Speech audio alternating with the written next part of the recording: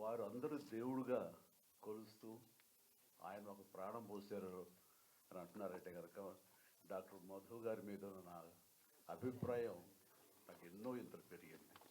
అలాంటి డాక్టర్ మధు గారికి ఆయన అన్ని రకాలుగా ఉన్న మరొక డాక్టర్ నరేంద్ర కుమార్ గారు ఆయన ప్రజెంట్ చేసిన చూస్తుంటే కనుక చాలా అది ఎడ్యుటైన్మెంట్ అంటాను నేను. ఎంటర్టైన్మెంట్ అండ్ ఎడ్యుకేషన్ రెండు కలిపి చాలా చక్కగా ప్రజెంట్ చేశారు. దానికి ఎంత రీసెర్చ్ చేశారో చిన్ననాటి నుంచి తనకున్న అభిమానాన్ని రంగరించి తన వైద్య రంగాల్లో దాన్ని కలిపి మిక్స్ చేసి చాలా చక్కగా చెప్పారు. అంటే ప్రతి వాళ్ళకి మాస్ లెవెల్లో హద్దుకునేలాగా ఉంది అది. నిజంగానే వెళ్ళి చాలా అది ఎడ్యుటైన్మెంట్ లాగా అనిపిస్తుంది డాక్టర్. అండ్ నరేంద్ర కుమార్ గారికి, అలాగే డైరెక్టర్ సాహు గారికి, అలాగే ఇతర డాక్టర్స్కి అండ్ ఆహ్వానితులకు,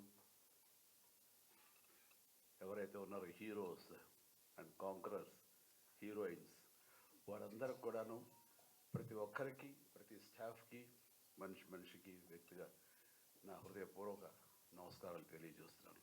ఇక్కడికి వచ్చే ముందు చాలా ఫార్మల్గా ఉంటుంది. ఇది నా ఏరియా కాదు, నేను ఏ డాక్టర్ చదవలేదు, శంకరాద్ ఎంబీబీఎస్ తప్ప అని అనుకున్నాను.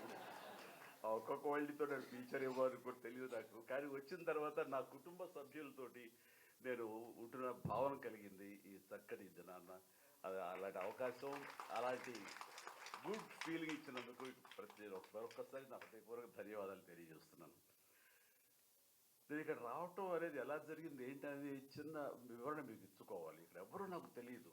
సో ఒక భాస్కరరావు గారు, వారి సోదరులు కృష్ణారావు గారు నాకు ఎప్పటి నుంచో తెలిసినా సరే వారు ఇందులో డైరెక్ట్గా నన్ను ఇన్వైట్ చేయడం వాళ్ళు ఇన్వాల్వ్ కాలేదు. ఎందుకంటే నా ఇబ్బందులు నాకు ఉంటాయి, ఎందులో పిలిచారేది చాలా అకేషన్ నుంచి అనుకుని 2.5 decades బట్టి ఏదో రకం మిమ్మల్ని పిలవాలని అనుకుంటున్నాను, కానీ పిలిచి నేను ధైర్యం చేయలేదు. ఎందుకంటే డిస్టర్బెన్స్ అనే ఫీలింగ్ నాకు ఉంటుండేది అన్నారు ఆయన. బట్ ఎవరా ధైర్యం చేసింది అంటే మధు.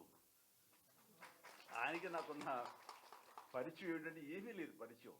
జస్ట్ మా ఇద్దరు 4 days బ్యాకే 3 days బ్యాకో ఆయన మా ఇంటికి వచ్చారు. అది సార్ రమ్మన్నాను. ఎట్లా జరిగిందంటే ఇది ఒక 4-5 days బ్యాక్ ఈ క్యాన్సర్ సంబంధించినటువంటి వైద్య నిపుణులు న్యూయార్క్లో ఉండే నోరి దత్తాత్రేయ గారిని నేను ఇంటికి ఆహ్వానించడం జరిగింది. వారికి పద్మభూషణ్ అవార్డు భారతదేశం ఇచ్చినటువంటి సందర్భంలో వారిని గౌరవించుకోవాలి. ఆయన చేసినటువంటి కృషి ఈ క్యాన్సర్ సంబంధించి ఇది చాలా గణనీయం అని తెలిసిన తర్వాత వారిని ఇంటికి ఆహ్వానించి వారిని సన్మానించడం, వారిని అభినందించడం చేసిన తర్వాత ఆయనతో కూర్చున్నప్పుడు నాకు అనిపించింది, ఇదివరకు 1-2 సార్లు నేను ఇలాంటి క్యాన్సర్ సంబంధించినటువంటి అవగాహన సదస్సులకి వెళ్ళాను.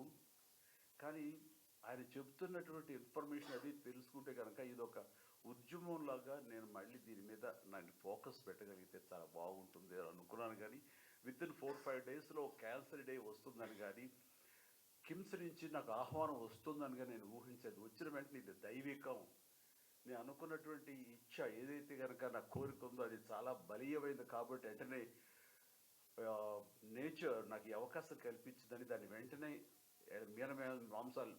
మీరమేషాలు లెక్క పెట్టకూడదు అన్న ఉద్దేశంతో ఖచ్చితంగా ఎస్ అని నేను చెప్పడం జరిగింది. అందుకని నాకు తెలిసినట్టు భాస్కరరావు గారు కూడా ఫోన్ చేసి ఇలా ఆహ్వానం వచ్చింది రమ్మంటారు. ఏం క్రాస్ చెక్ చేయాలి, పిలిచారు వెళ్ళటం అని చెప్పేసి 5 నిమిషాల్లోనే మా ఇంటికి వచ్చి ఒక మధు గారికి ఒక కాఫీ చేసి నేను వస్తున్నాను, మీరు బయలుదేరి వెళ్ళిపోయి అన్ని ఏర్పాట్లు చేసుకోవడం అనడం జరిగింది. ఇది ఒక బాధ్యతగా నేను ఫీల్ అవుతున్నాను. దీని మీద నాకు అవగాహన ఎంతో కొంత ఉన్నది. ఎందుకంటే నాకు మెడికల్గా నాకు ఎంతో మంది ఫ్రెండ్స్ ఉండబట్టి వాళ్ళ నుంచి తెలుసుకున్న విషయాలు ఇది ఇప్పుడు కూడా ఈరోజు కూడా ఎన్నో విషయాలు నేర్చుకున్నాను, తెలుసుకున్నాను. అండ్ ఈ దిశగా నేను వెళ్తున్నప్పుడు నేను కూడా నాకు ఉన్నటువంటి లైఫ్ స్టైల్లో ఏమో అన్న దృష్టితో ఎప్పుడు కూడా ఉంటాను. నాకు ఫస్ట్ ఆఫ్ ఆల్ ఏదైనా సరే మన బాడీ మనకి తెలియజెప్పుతుంది మనం ఏమిటి, మనం ఎలా ఉన్నాం, మన కండిషన్ ఎలాగ ఉందనేది మన బాడీ ఎప్పటికప్పుడు మనకు తెలియజెప్తుంది. మన బాడీని వినే లెవెల్కి మనం కనుక సెన్సిటైజ్ అయితే, ఆ సున్నితత్వాన్ని మనం అలవరుచుకుంటే చెప్తుంది. ఇందాక ఒక సర్వైవర్ చెప్పినట్టుగా ఒక వ్యక్తి ఎక్కడి నుంచో ఉంది, నాకు చిన్న ఇది ఉంది, బ్యాప్స్ దాన్ని ఏమంటుందని అది ఉంది, దాని ఏదో ఏదో చిన్న గ్రూప్ అని వదిలేశాను. కానీ మా అబ్బాయి చెప్పిన దాన్ని బట్టి వెళ్ళారన్నారు.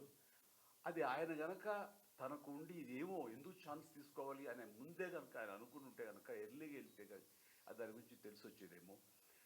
అండ్ అలాగా ప్రతిదీ నాకు కూడా ఏంటంటే ఈ అవగాహనతోటి చాలామందికి కామన్గా వచ్చే వాటిల్లో ఓరల్ క్యాన్సర్స్ కానివ్వండి, లంగ్ క్యాన్సర్ కానివ్వండి, లేకపోతే మనకి మగవాళ్ళగా అయితే కనుక ప్రోస్టేట్ కానివ్వండి, లేడీస్ అయితే మ్యామో ఇది బ్రెస్ట్ క్యాన్సర్ కానివ్వండి, ఇలాగే సర్విక్స్ కానివ్వండి, ఇలాగే గర్భాశయం క్యాన్సర్ కానివ్వండి, ఇలాంటివి ఎన్నో ఉన్నాయి. ఇవన్నీ బేసిక్గా తెలుసుకోవటానికి, టెస్ట్ చేయించుకోవడానికి మన చుట్టూ ఎన్నో ఉన్నాయి. మనకి ఆ అవగాహన ఉండాలి, మనకు ఆ పుష్ ఉండాలి. మనకు రాదులే, మనం చాలా ఆరోగ్యంగా ఉన్నాం అని అనుకోవటానికి లేదు. నేను కూడా నా లైఫ్ స్టైల్ చాలా ఆరోగ్యంగానే ఉంటాను, చాలా హెల్దీ హ్యాబిట్సే ఉంటాయి. ఏది జంక్ ఫుడ్ కానీ, డీప్ ఫ్రైడ్ ఫుడ్స్ కానీ ఏమి తినను, ఎక్సర్సైజ్ చేస్తాను, అన్ని రకాలుగా ఆరోగ్యంగా ఉన్నాను, బాగున్నాను కదా, నాకేంటి అనుకోకుండా ఎందుకు మనం చేయించుకోకూడదని ఫస్ట్ కోలన్ టెస్ట్ చేయించుకుని కొలనోస్కోపీ చేయించుకుంటే అక్కడ అనుకోకుండా పాలిప్స్ ఉన్నాయి. ఈ పాలిప్స్ అనేది మన ఎవరో ప్రెస్ వాళ్ళు గబుక్కుని దాన్ని రిమూవ్ చేసేసారు. నాకంటే కనుక అబ్బా క్యాన్సర్ నుంచి తప్పించుకున్నాడు, ఆ క్యాన్సర్ సర్వైవర్ అని నన్ను అన్నారు. అంటే ఆ రాసిన ఆ జర్నలిస్ట్కి అవగాహన లేదు.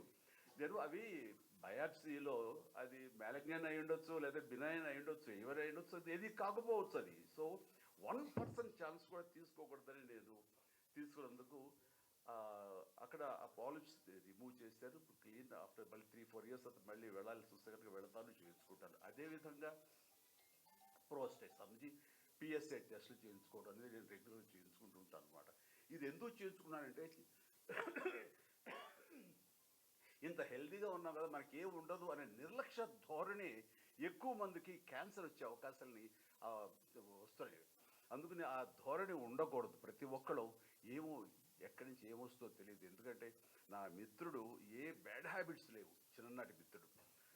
అతను వచ్చిన సడన్గా నాకు లంగ్ క్యాన్సర్ వచ్చింది, లంగ్లో ప్యాచెస్ కనబడుతాయని చెప్పారు డాక్టర్ని. అదే ఎట్లాగా వచ్చింది అని, నీకేం బ్యాడ్ హ్యాబిట్స్ ఏం లేవు కదా, నువ్వు స్మోకరు కాదు, ఏ రకమైనటువంటి ఇవి లేవు, లంగ్ ఎందుకు వచ్చింది, మంచి అట్మాస్ఫియర్లోనే పల్లెటూరులో హాయిగా మంచి క్లైమేట్లోనే ఉంటుంటావు కదా వెదర్లో, ఎందుకు వచ్చిందంటే ఏమో తెలియదు అన్నాడు. ఒక్కోసారి ఎందుకు వస్తుందో తెలియదు, జెనెటిక్స్గా జెనెటిక్గా పెద్దల నుంచి రావచ్చు, అలాంటి అవకాశాలు ఉన్నప్పుడు అది వచ్చినటువంటి వాటికి తన బాడీని తను విన్నాడు. లేదంటే తన డాక్టర్ మిత్రుల దగ్గరికి వెళ్ళి నాకు దగ్గు వస్తానే ఉంది, దగ్గు తగ్గట్లేదు, ఆయాసంగా ఉంటుంది, ఎన్ని మందులు వేసుకున్నా తగ్గటలేదు అంటే, ఇన్ని మందులు వేసుకున్నా తగ్గటలేదు అంటే దీన్ని తేలిగ్గా తీసుకోకూడదు. ఆ డాక్టర్ మిత్రుడు ఆడు నా స్నేహితుడు తను వేసిన లంగ్ సంబంధించినటువంటి సిటీ స్కాను అండ్ ఎక్స్రేలు తీసిన తర్వాత ఎక్కడో ప్యాచెస్ కనిపించి వెంటనే వెళ్ళిపో అంటూ హైదరాబాద్ పంపిస్తే నేను అతన్ని హాస్పిటల్లో నేను ట్రీట్మెంట్ అది చూపించడం చూస్తే ఇది క్యాన్సర్ తెలిసింది. అయితే ఫస్ట్ స్టేజ్లో ఉంది కాబట్టి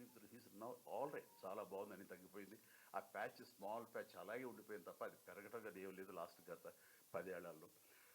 ఇట్లాగా మనం మన గురించి మన బాడీ ఏం చెప్తుందో వినాలి, దాన్ని నెగ్లెక్ట్ చేయకూడదు. నాకు రాదులే, నాకు ఉండదులే అనుకోవడానికి వీలు లేదు. ఈ రోజున మన హ్యాబిట్స్ మూలంగా వస్తుంది, మనకున్న వెదర్ కండిషన్స్ బట్టి వస్తుంది, మనకి పేరెంట్స్ నుంచి కూడా వచ్చే అవకాశాలు ఉంటాయి జెనెటికల్గా.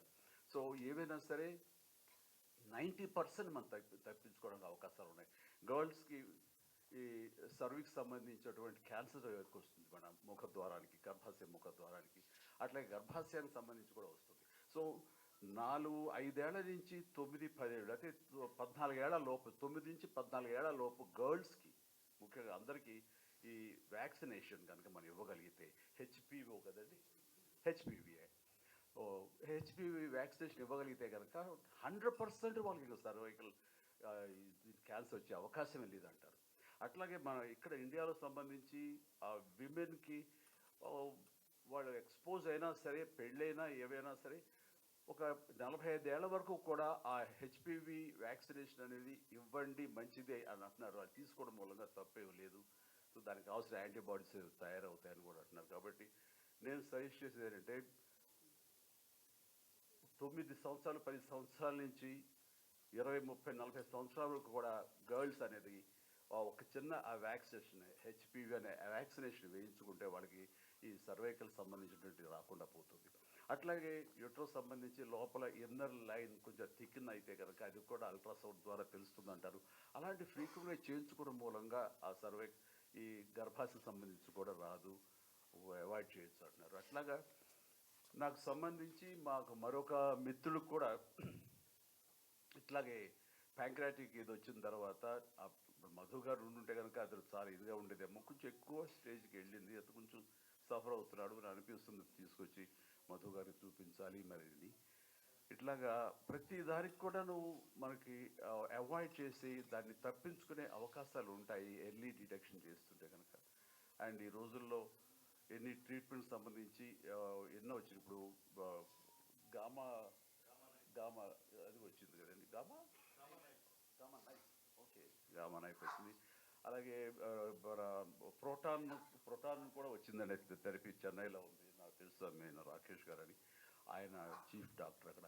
సో మన చుట్టూ ఎలాంటి స్టేజ్లో వస్తే తగ్గించడానికి అవకాశాలు ఉన్నాయి. బట్ ఆ ఛాన్స్ కూడా తీసుకోకుండా ప్రతి ఒక్కళ్ళు వాళ్ళ లైఫ్ స్టైల్లో వాళ్ళు ఎలాంటివి అయితే మనకి ఓరల్ క్యాన్సర్కి కారణమైనటువంటి ధూమపానం కానివ్వండి, లేకపోతే ఈ తంబాకు ఇలాంటి చేయడం, ఇవన్నీ కూడా చేతిలో మనకు తెచ్చుకుంటూ అవుతుంది.